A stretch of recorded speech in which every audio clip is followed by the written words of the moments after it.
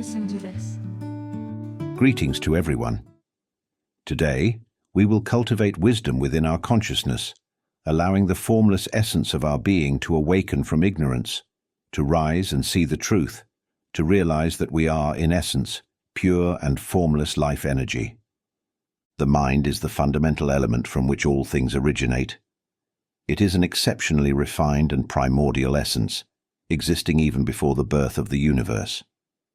Now, let us imagine erasing the entire cosmos, removing all stars, the sun, black holes, darkness, and light. What remains is the fundamental origin, a vast, empty purity, untouched, formless, and pristine. This original essence has never been born and can never be destroyed.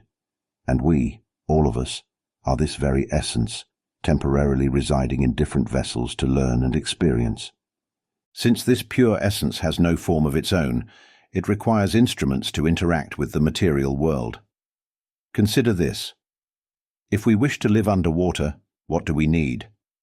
A submarine, an oxygen tank, a diving suit. We require tools to adapt to the underwater environment, to withstand pressure, and to find sustenance. Similarly, if we wish to journey beyond Earth into space, what do we need? A spacecraft, a spacesuit, and survival equipment. These are only temporary aids, yet they are essential. Likewise, our consciousness, the pure fundamental mind, needs instruments to perceive and engage with existence. Without tools, we cannot learn. We cannot even realize our own nature. This is the key. When we encounter external stimuli, there must be an act of perceiving. This perception is a natural quality, an inherent function of the mind. Just as the existence of a mind necessitates awareness, perception inevitably arises. Right now, you can sense the sound of my voice. Do you notice that this perception happens naturally? You hear without effort. Can you see how awareness occurs on its own? You perceive sound, smell, sight, taste, and touch, all without force or intention. The mind is naturally receptive. Now, ask the mind directly. If awareness arises on its own, then where is the self? Let the mind answer. Whenever we truly realize that the act of perception happens by itself, when we see clearly that we are not the one perceiving, then what are we, really? When the mind itself answers, there is nothing that is truly me at all, and when it fully accepts that it has no real connection to this process of perception, something remarkable happens. This is what is called the breakthrough, a sudden, profound realization.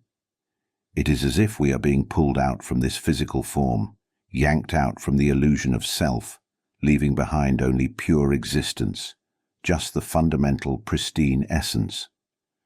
We will come to see this truth only by listening, contemplating and observing as I pointed out. I speak only about the mind, about this pure life essence. My only purpose is to help us turn against the stream of illusion and rediscover this fundamental purity within. That is all. I seek nothing else. When I turned back against the stream of conditioned existence and realized this truth within myself, the moment the mind let go of its identification with self, it became something else entirely. Do you know what it became? It transformed into a pure, transparent, and boundless essence, seamlessly merging with the entire universe. In that state, there is absolutely nothing, no coming, no going, no birth, no death. There is no conditioning, no fabrication. It is neither dark nor bright. It simply pervades all things, yet it is beyond measurement. And when I say it merges with the universe, it does not mean it expands into something vast, because in this pure existence there is no size, there is no time, there is no distance. Imagine this. If you think of the moon is right here. You do not have to travel to reach it. It is immediately present. If you think of Mars is right here. If you think of the universe is here. If you think of infinite universes, they too are right here, at this very moment. We are this pure, transparent essence that encompasses all things. All phenomena arise from it, exist within it, and eventually dissolve back into it. Everything arises, changes, and disappears in its natural course. Yet this fundamental purity, this formless, unconditioned essence, is completely unaffected by all of it. Do you understand this? We, the pure essence, the fundamental consciousness, we are the formless, transparent existence that stands before us. We are this pure essence. Now imagine that in order to learn and to understand what we truly are, we must have a tool. Without a tool, we would never be able to recognize ourselves. Let's take another analogy. Suppose technology has advanced to an extraordinary degree, and we, pure, formless essence, exist without any shape or form. Now, in this hypothetical world, the human realm has become highly advanced. They wish for us to enter a body, so they create a form, a human body. However, this body alone cannot be alive. It requires consciousness, the essence of life, to inhabit it. Do you understand this? To clarify further, this is to show that the body is merely a temporary vessel. It does not truly belong to us. It is like a robotic structure that we temporarily inhabit. The moment we withdraw our consciousness, what happens? The body collapses. If left for some time, it begins to decay. Do you understand this? Without consciousness, there is no perception. A body with ears cannot hear, a heart does not beat, a brain cannot think, eyes cannot see, and a tongue, even when food is placed on it, perceives nothing. It is the presence of consciousness, the fundamental life essence, that enables all perception. This essence is the core, the foundation, and the only field of study that every human being, young or old, able-bodied or disabled, male or female, of any belief, any nation, any race, must come to learn. This is the only knowledge we have never explored before. Every subject we study in this world cannot liberate us from suffering or free us from the cycle of birth and death. Ask yourself, do we want to continue suffering? Do we want to keep being reborn, only to suffer again? Or do we wish for this to be our final existence? Because to be born is to suffer. Every birth is entangled in endless cycles of taking and consuming, eating and being eaten. Reflect on this. The chance of being born as a human is extremely rare.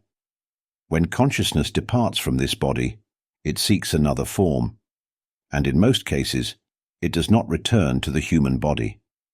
The probability of becoming human again is extraordinarily low, just 0.1%. Meanwhile, the chance of being reborn as an animal is vast, 99.99%. Do you know how many millions of species exist? From the largest creatures to the tiniest microbes, from land animals to sea creatures, from those that fly to those that burrow beneath the earth.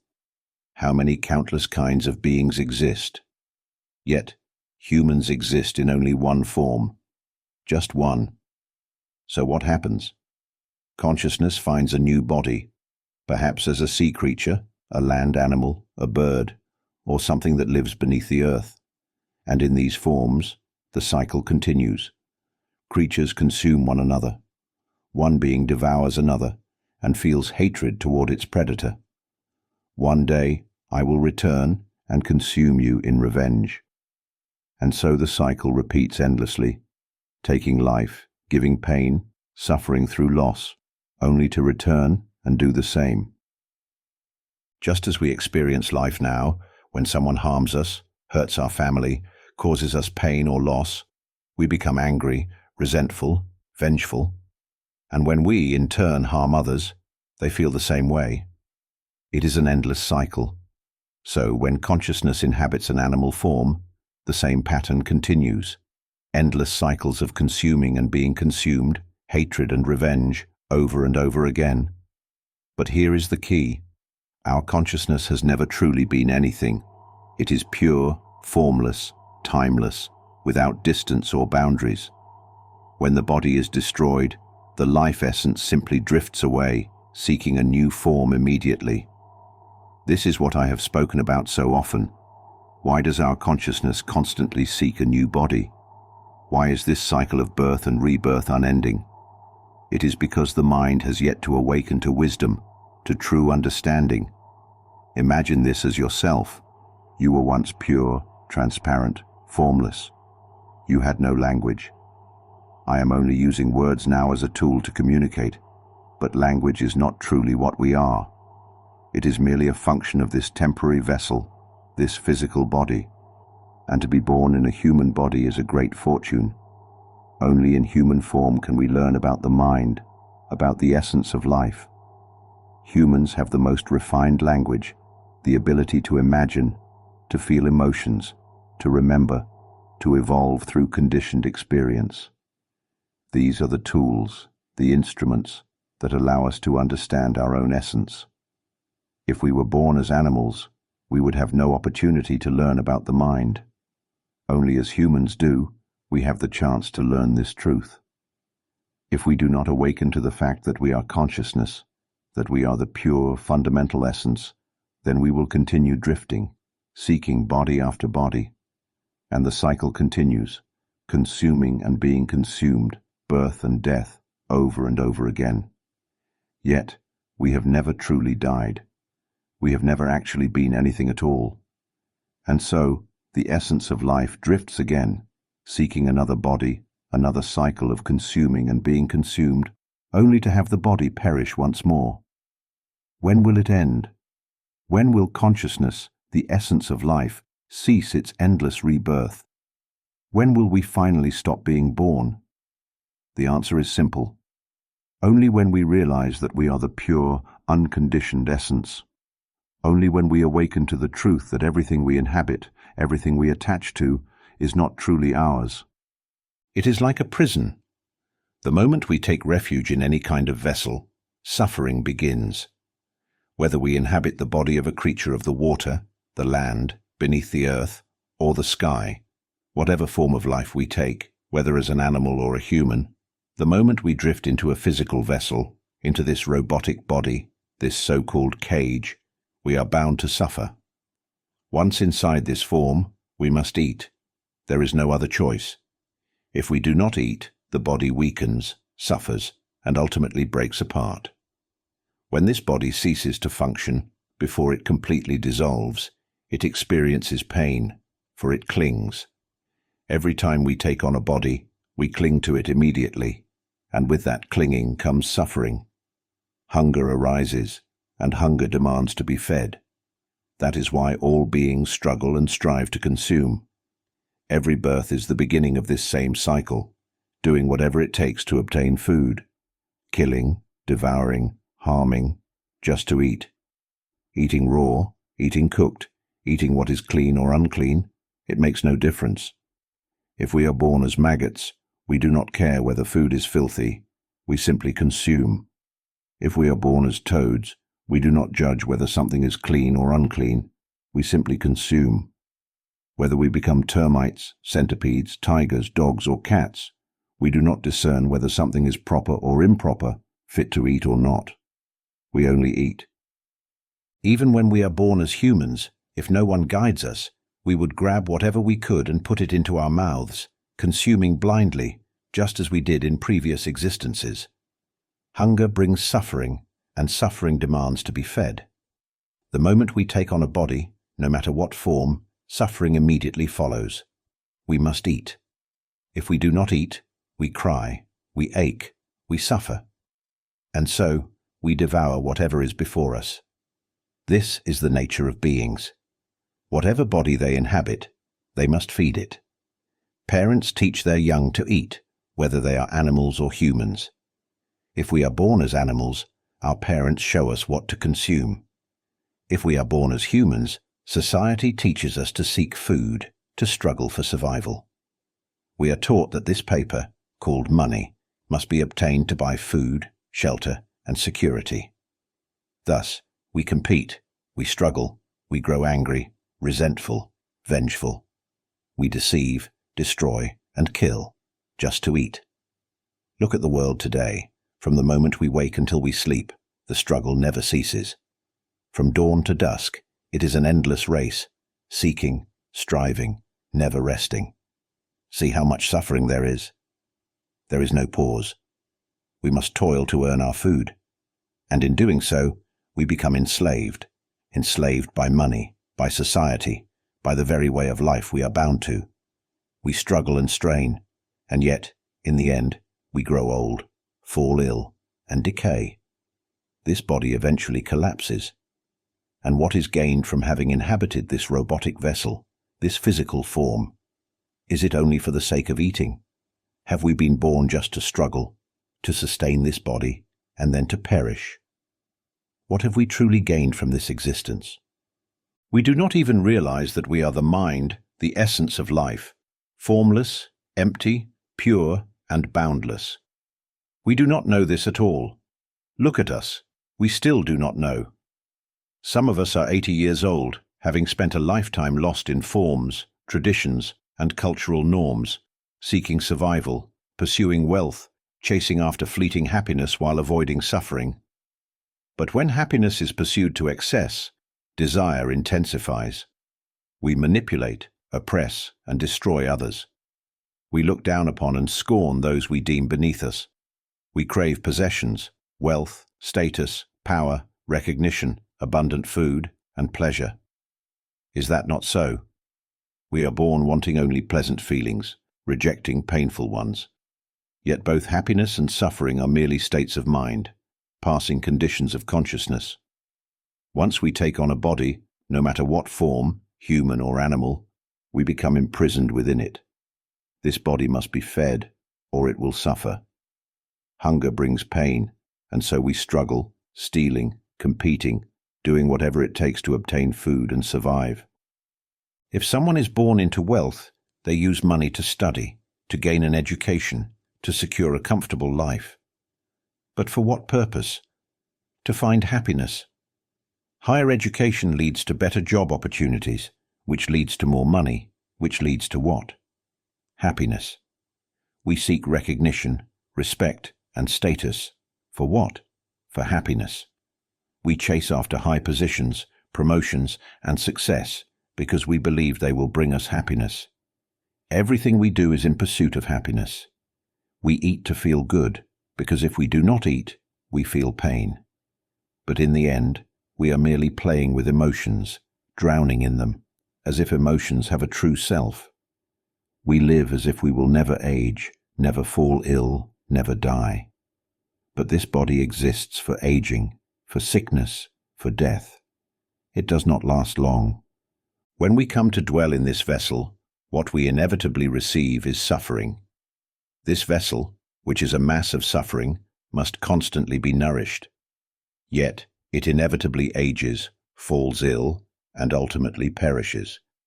Despite all efforts to prevent aging, sickness, and death, in the end, it still ages, falls ill, and dies, does it not? We strive in every way to sustain this existence. We learn languages so we can communicate, acquire knowledge, refine our speech, and master accents. Why? To make a living. And why do we seek wealth? To experience pleasant emotions, to feel happiness. We train ourselves to speak, to think, to cultivate emotions, always desiring happiness, avoiding suffering. We want to think only of good things because such thoughts give rise to pleasant emotions. Suppose we imagine having a life partner, a certain person to share our life with. We think, if I have this person, my financial status will improve, and I will surely be happy. We create images in our mind, we form thoughts, and we listen to the voice within. Have you ever noticed this inner voice? The voice that speaks in our minds. Our heart has no mouth, yet it speaks. Have you ever observed the images forming in your mind? This is thought. This is the mental landscape we rely on constantly, and we flow along with it, as if this inner voice and these thoughts have a tangible form. Now ask yourself, does the voice speaking within you have a shape? Does it have a body? It has none. You cannot grasp it in your hands, yet you rely on it. You rely on this intangible voice, on these mental images, using them to function in this world as if you were truly a human being. But have you forgotten that you are not merely this body, not just this vessel? You are the mind, pure and formless, luminous and boundless.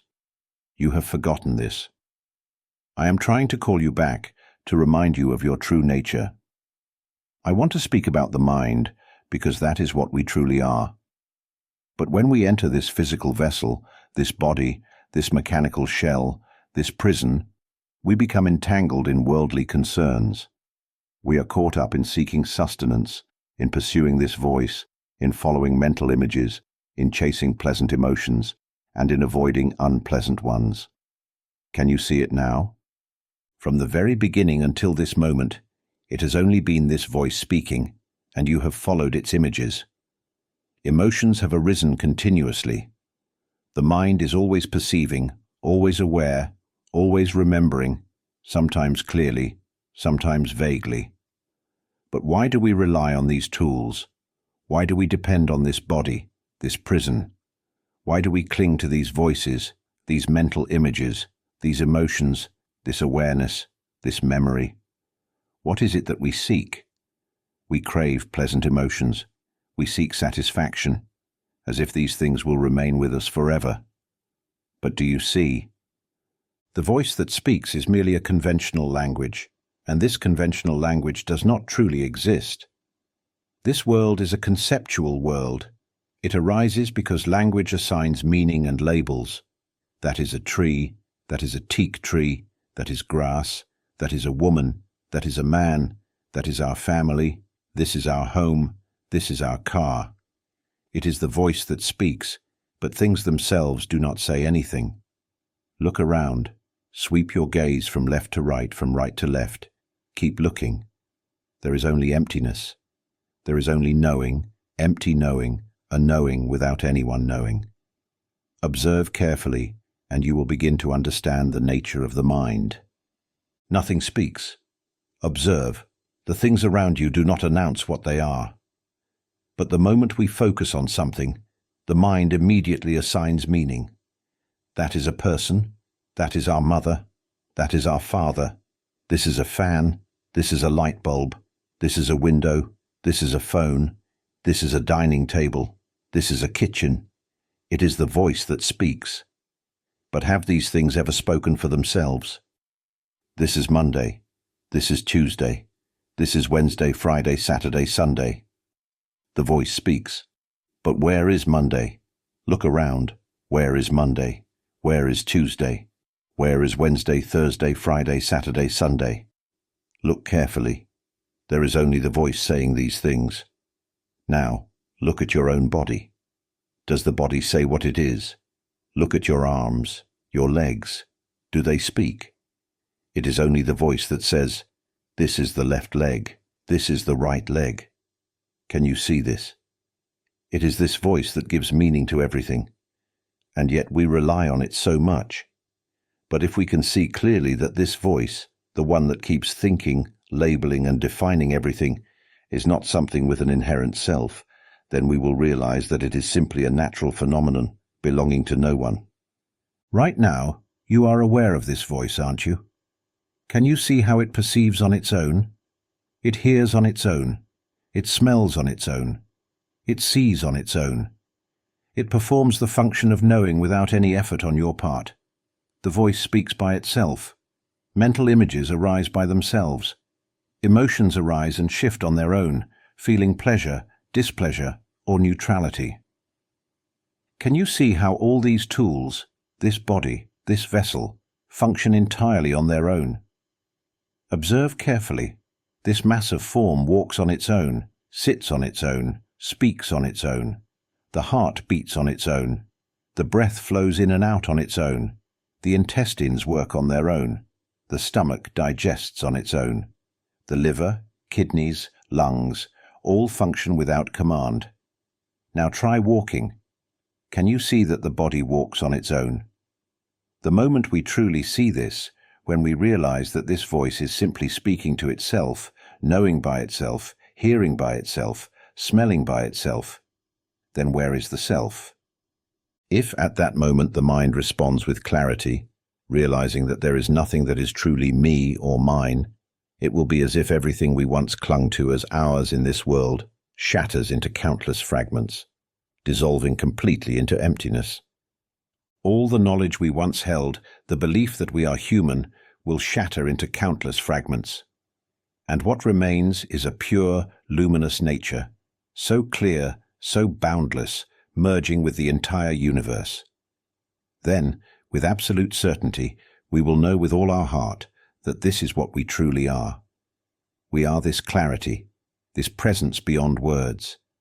And when this realization dawns, tears will fall. We will understand everything, as if the entire universe is contained within our own consciousness. We are all, and all is one. We are this pure transparency, seamlessly interwoven with everything, encompassing the whole cosmos. The universe itself abides within this clarity, just as the empty, transparent space before us contains all things. The air, the oxygen, the carbon dioxide, they all exist within this vast, clear emptiness. Cool air, warm air, they arise and dissolve within this space. When air moves and becomes wind, it too exists within this same emptiness.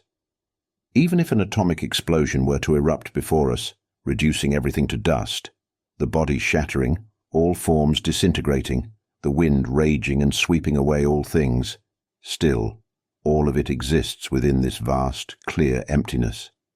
And yet, this clarity remains untouched.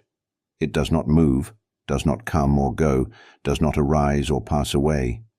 It is the eternal element, the amata Dhamma, the immortal essence, the fundamental source of all things.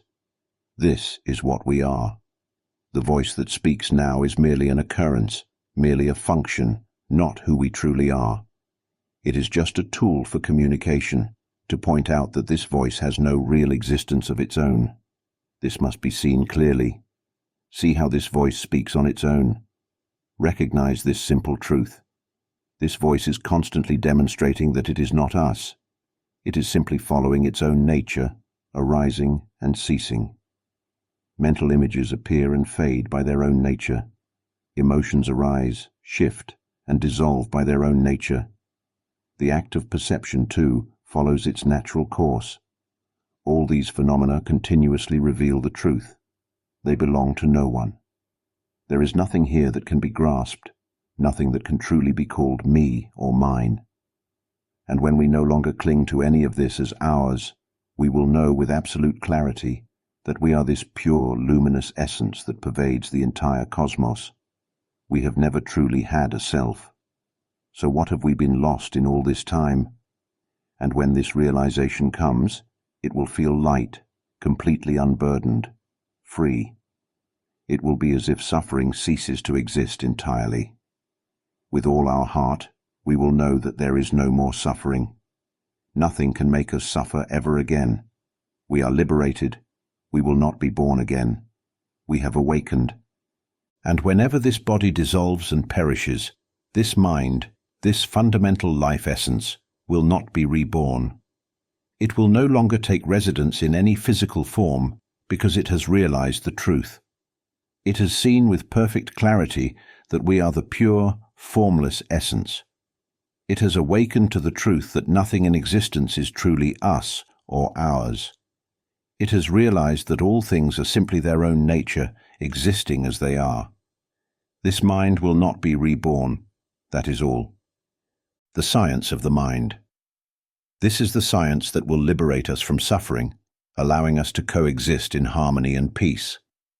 It is the essence of world peace, the universal path beyond suffering, the study of the mind, the study of the life element, which is formless. This is the one teaching we have never truly heard or learned before. Our parents never taught us, nor did our teachers. Instead, we were only taught how to survive, much like animals born into the world. We were taught to think, to memorize, to use language, to believe that we are human. We were conditioned to seek livelihood, to compete, to exploit, and even to destroy one another, just as we see happening today. Because of the invisible prison we live in, because of hunger, because we dwell within these bodily vessels, we must search for sustenance. If we have no means of income, if we are driven by great hunger, what happens? We resort to theft. We take whatever we can find to eat. This is our true nature when stripped of external order, no different from animals. Now imagine if the world fell into war. What would happen? Bombs would be dropped. Destruction would spread. The businesses we rely on, the industries we work in, the factories producing goods, what would become of them? In war, all industries would shut down. There would be no vehicles on the roads. People would hide in their homes or in caves. Without work, where would food come from? In times of war, no one farms, no one works, no one cooks food to sell for money. Do we understand this? Everyone would lose their livelihood. Everyone would lose access to food. In desperation, people would scavenge. Those with vegetable gardens would be raided. People would steal crops, livestock, anything edible. If supermarkets were closed, people would break in to take whatever they could find. Everyone would hoard supplies. No one would be selling meals and calling customers saying, "Come buy food," because no one would dare leave their homes. During wartime, roads would be blocked. Even those who cook food to sell would be unable to do so. They need to visit the market, but no one would be selling vegetables. Each household would keep whatever food they had. Those with farms and gardens would gather and store all their produce. Those without would resort to stealing from others. The world would fall into chaos. Each person would act out of self-interest, fighting, plundering, and hoarding supplies. Money would become worthless. There would be nothing to buy because no one would be selling. Imagine such a world.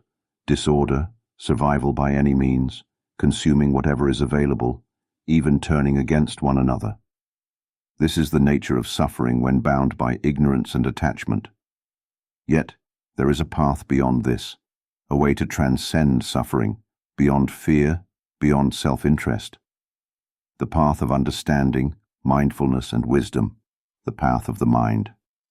Whenever we dwell within this vessel, bound by conditions that lead us to consume one another, we are no different from animals. In the end, we devour and destroy one another, only to perish. If the mind, or the life essence, lacks the wisdom of this truth, it will continue to be reborn, seeking new bodies, cycling endlessly in search of realization that we are, in essence, a pure and formless life essence. As long as we do not recognize that we are this pure essence, we will drift, drawn toward new physical forms. We are not our bodies. We are not born, nor do we die. We are the immortal essence, the original life force. Do you understand? We are incredibly fortunate to have encountered this knowledge, the study of the mind, while existing in this most refined of vessels. I urge each and every one of us to share this wisdom with the world. Every faith, every path can listen and understand. I have recorded numerous teachings, all centered solely on the mind and the life essence, expressed in the simplest, most natural way, without reliance on any religious framework. The study of the mind is universal. It is not a matter of, "I belong to this religion, you belong to another, therefore we cannot speak, we must be in conflict." Such division only leads to anger, hatred, and vengeance. That is not the path to liberation from suffering. True liberation is a matter of understanding the mind, the essence of life, which we all must come to learn. Every single being possesses this formless, pure, and radiant life essence. Yet the study of the mind has never been taught. It remains unknown to us. We must integrate it into the educational system, establish a subject called the science of the mind, awakening to the true self. Imagine if this was taught from kindergarten, through elementary school, high school, and university, regardless of religious background. It would be a universal study that all must undertake, unrelated to religious affiliation. We may believe we know everything about the external world.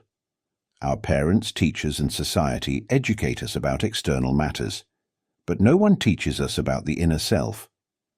From this moment forward, let us spread this study of the mind, the wisdom of self-realization, far and wide, until it becomes part of the curriculum. Now imagine if this subject entered the education system. The core principle would be simple. Every student must listen, must truly hear the science of the mind. And for those who listen deeply and awaken, they would realize, oh, this voice that speaks, is it truly me? This body is merely a vessel, a temporary dwelling. It is like a robot, like a cage that I am trapped within. This body does not last. It is not here because we willed it into existence. This voice says, this is an arm, these are legs, yet these things do not declare themselves. Then an insight arises. Where is this voice? Where is this thought? Does it speak by itself? If we can truly perceive this in the present moment, if, as soon as a thought arises, we can see it clearly, then we have begun to awaken. Suppose we think, what time will Mom arrive? What time will Dad arrive? Then another thought arises. I should go pick them up. As we think this, do we see that we are thinking? Do we notice the inner voice that speaks? What time will they be here?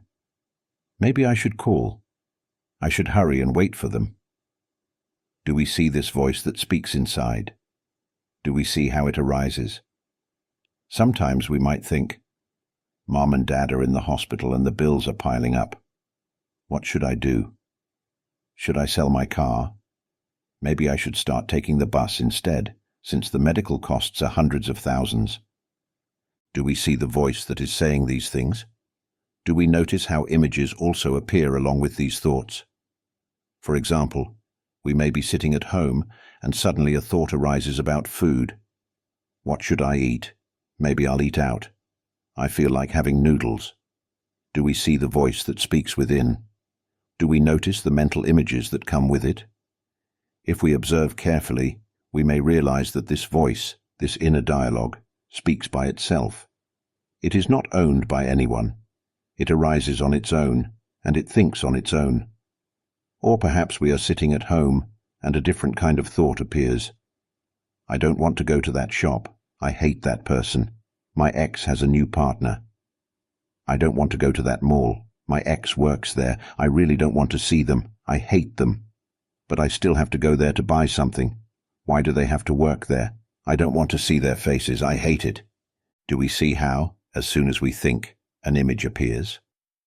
Along with the image, emotions arise as well. Do we see the anger? Do we see the resentment? Every time we rely on these thoughts and emotions, every time we get absorbed in them, they seem so real, so significant.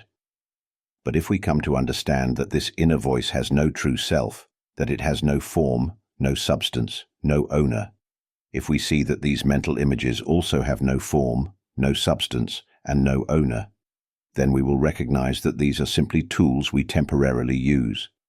They are just instruments that allow us to learn. We are not our thoughts. We are the pure essence, the formless life force. This body is merely a temporary vessel, and in the end, this vessel will dissolve. We must always keep in mind, we shall not be reborn. Remember this well. This recording is universal. Everyone can listen, from the young to the elderly. Whoever hears this, make a firm resolution that you shall not be reborn.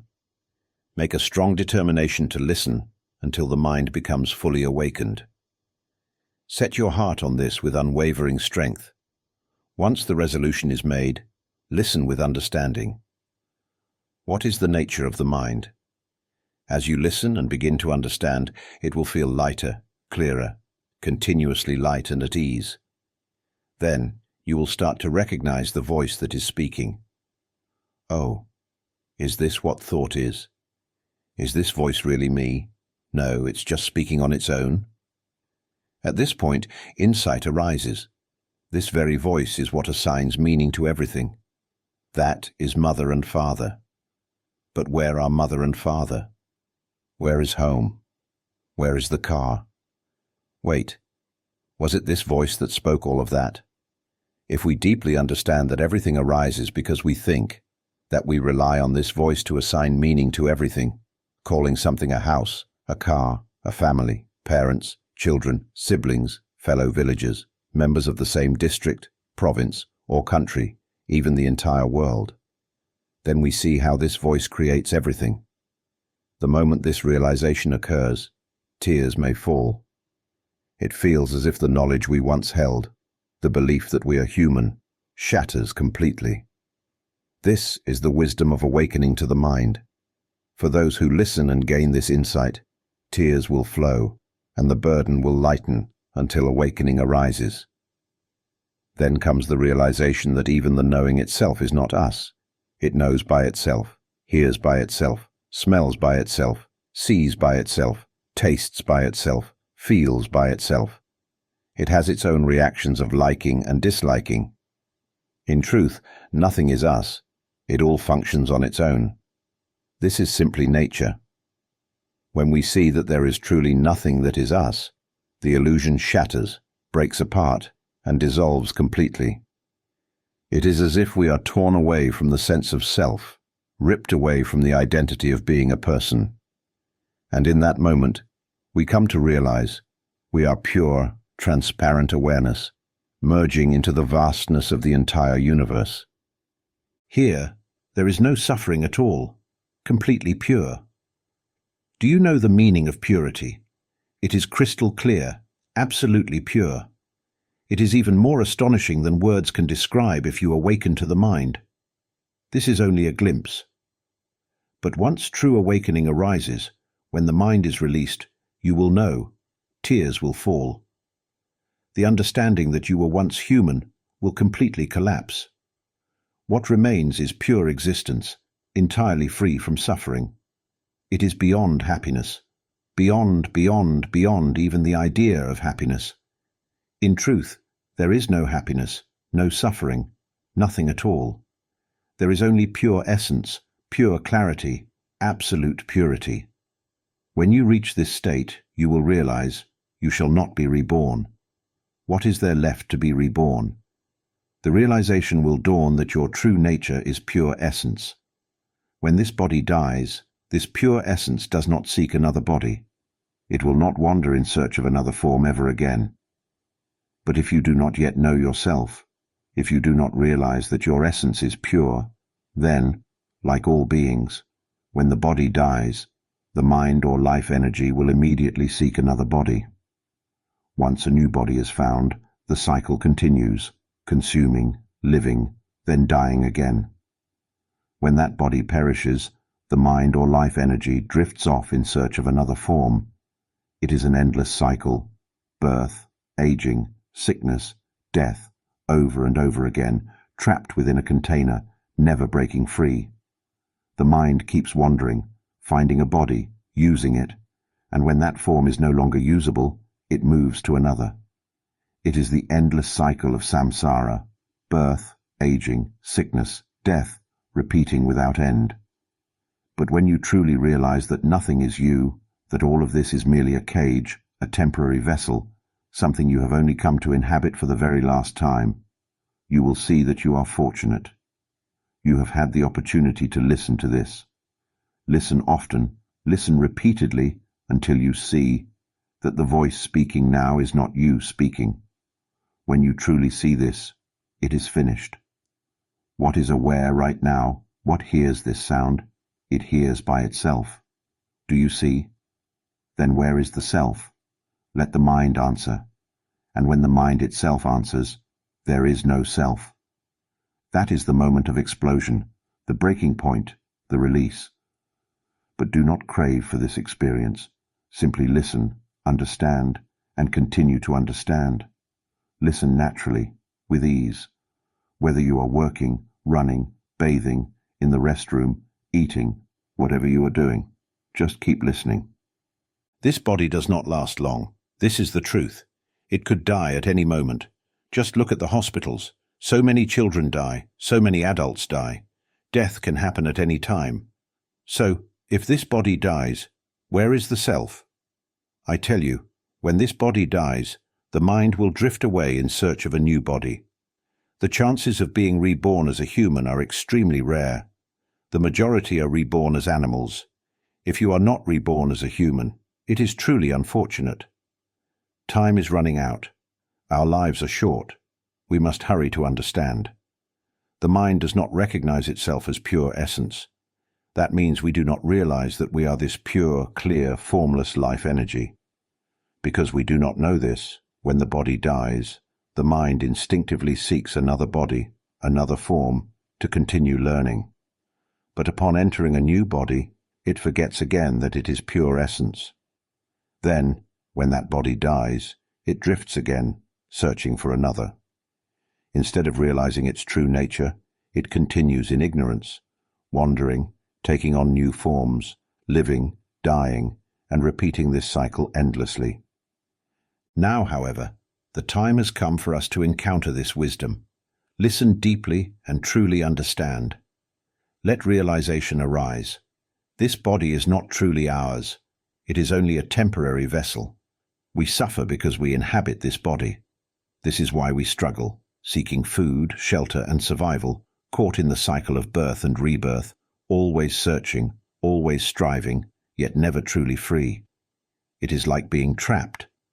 That is why we must come to understand now. I always say, the voice that is speaking is not truly us. It is only a tool. This body too is just a container, a temporary instrument. Even this voice is just a tool to function in this world. Imagine for a moment, if this voice is not our voice, and it functions on its own, then why do we cling to it? See clearly that this voice speaks by itself. It cannot be touched, cannot be shaped into anything solid. When it has no form and cannot be grasped, then why do we hold on to it? This voice is not truly ours. It is just another natural phenomenon, like a program running on its own. Thoughts arise by themselves. When we realize that this voice speaks on its own, that thoughts arise on their own, and that emotions appear and disappear by themselves, then we begin to see. One moment, a good mood arises. The next, it shifts to discomfort. Then it vanishes again. Where is a good mood located? Right now, where is a bad mood? Where is the voice that is speaking at this moment? Try to find it. Where is it? Can you grasp it? Even right now, we cannot find where the voice truly is. We cannot touch it, can we? Now try imagining something. Picture your parents, your favorite animal, a beautiful place you love. Try to touch those images. Can you? Can you grasp them? Neither the voice nor the mental images can be held. And emotions. Where is happiness? Try to catch it. Where is it? And what about sadness or frustration? Where is it? Try to grasp it. It has no form, no substance. And what about neutral emotions? They too have no real form. Do you see? These things belong to no one. They are simply natural phenomena, like energy waves radiating from the mind, from the essence of life essence. They are movements of the mind, vibrations of the living energy we carry, meant only for communication. They arise only because we temporarily inhabit this body. That is why we have this voice. To communicate, isn't that so? We have come into this body only to leave it behind. Remember this. Because this body is not ours, it belongs to no one. It is simply a vessel we inhabit for free. And along with it, we are given this voice for free. We are given mental images for free. We are given emotions for free, whether they are pleasant, unpleasant, or neutral. These things are just tools given to help us learn and realize the truth, that we are pure essence. We are given perception and memory, all for free. This shows us that nothing truly belongs to us. Do you understand this now? We are formless life essence, clear, pure, and boundless. Here, there is no coming or going, no birth or death. There is no conditioning, no fabrication, only deep stillness, absolute clarity, and pure vastness that merges with the entire universe. To understand anything, we need a vessel. That is why we temporarily inhabit a vessel. That is why we rely on sound, because without sound, we could not communicate. Isn't that so? It is like traveling into outer space. We need a spacesuit, a spacecraft. Likewise, we rely on sound, on the body, on mental imagery, on emotions, on perception, on memory, using these tools to communicate, to come to an understanding of mind, of life essence. That is why I use language, recording these words so you can listen, and you have the ability to perceive, to comprehend this language, to recognize that you are mind, you are life essence. Do you see? Awareness arises on its own. It hears on its own. It smells on its own. It experiences taste on its own. And when you truly see this, the illusion shatters. Ask the mind, where is the self? Do you see that the voice speaking right now speaks by itself? It arises on its own and dissolves on its own. Where is the self? Do you see that feelings of pleasure, displeasure and neutrality arise on their own and fade away on their own? Where is the self? Simply observe these tools, these functions. They operate by themselves, appear by themselves, disappear by themselves. They are always in motion, yet none of it is truly us. We are pure life essence, formless, empty, profoundly clear. We are the primal essence, the fundamental element. Here, there is no time. There is nothing at all, no age, no name, no identity, no one, nothing. There is no distance, no measure, only pure transparency that pervades the entire universe. It is absolute purity. We are this essence. Beyond this, nothing else is truly us. Even this voice speaking now is not us. Right now, there is no one speaking. Right now, there is no one listening.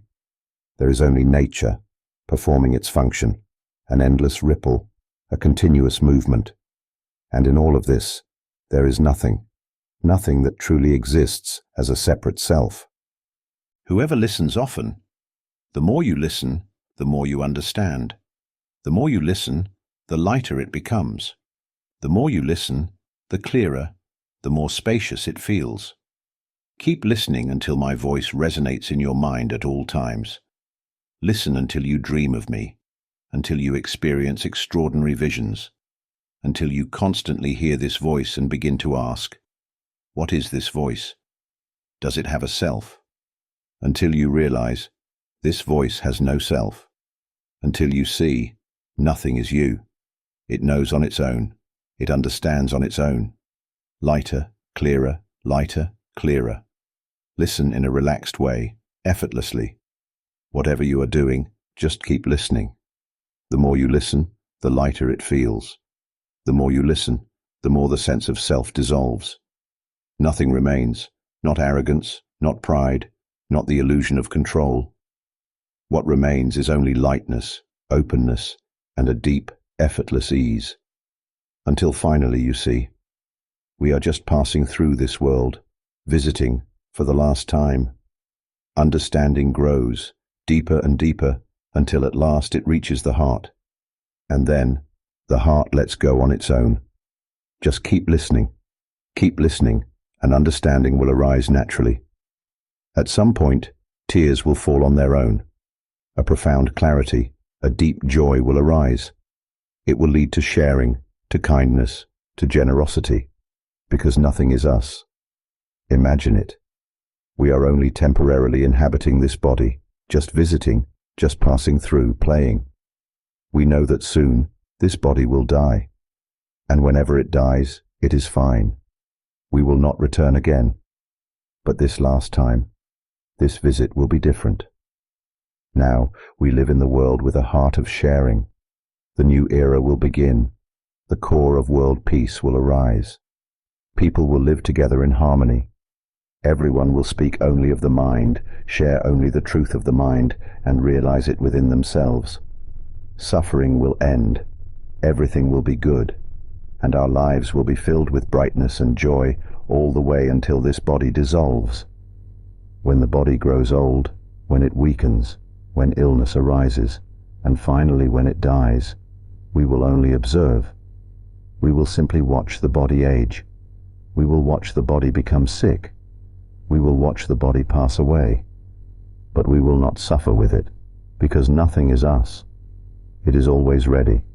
It no longer clings. It is free. It has transcended all attachment. It is as if the mind is just another natural phenomenon. The body carries out its function. The voice speaks on its own. Mental images, emotions and perceptions, everything continues to function just as before. But there is no self. The voice that is speaking now, it is not us speaking. The mental images that appear, they are not us thinking. The emotions that arise, they are not ours anymore. Emotions still exist, but there is no one who owns them. Awareness remains, just as before, but there is no one who is aware. The body continues, just as before, but there is no longer anyone who owns this body. Even illnesses that once existed fade away. The body becomes radiant, full of vitality and clarity. This is the natural state of one who has awakened to the mind. Now, as the time is right, we shall end here. May each and every one of you attain full realization of the wisdom of the mind, swiftly, immediately, completely. May it be so. If you're interested in these teachings on awakening, mind observation, and transcending suffering through wisdom, we'd love to hear your thoughts. Share your insights in the comments, provide productive feedback, and if you find this content valuable, don't forget to like, share, and subscribe to the channel.